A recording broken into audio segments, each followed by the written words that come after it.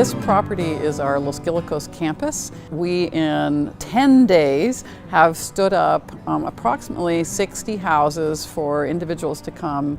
They're very comfortable. They're made of a material that's mold, mildew, and rot resistant and bed bug resistant, which is important. They also, they come with mattresses. They have the beds included, everything you need to basically plug and play and go. They're warm, they're dry, they have heat and electricity, and the residents will be out of the elements and not out in the cold.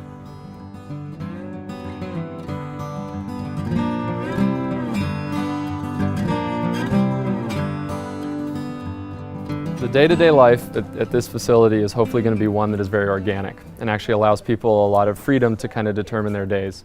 We're going to have breakfast, lunch, and dinner here on site that will be provided by St. Vincent de Paul and our partners.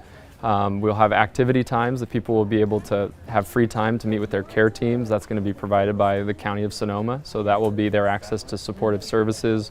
We'll be helping them through any recovery they may be going through. I'm really excited about this temporary shelter coming online. It is critical to our system of care.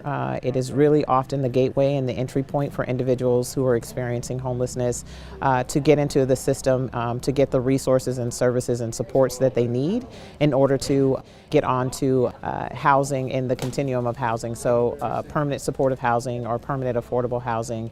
And this is really a critical piece that's been missing from our system of care. So I've been working this week on making 60 signs for the temporary housing here.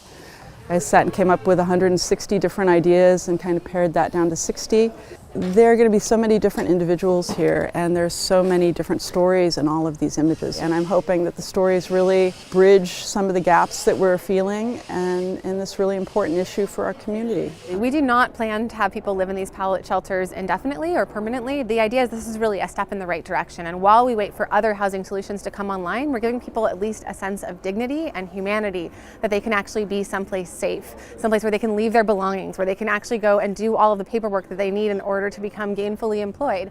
And then ultimately we want to move them onto permanent supportive or affordable housing. If you look behind us, flanked by Hood Mountain Regional Park, and we plan to do guided walks with people who live here up into that. I think when you come from a background of trauma, that's an incredibly healing opportunity. It's the essence of Sonoma County, and the generosity that we're seeing from the volunteers, from our Oakmont Garden Club neighbors, from others, it's just really heartwarming, and it really embodies what is wonderful about Sonoma County.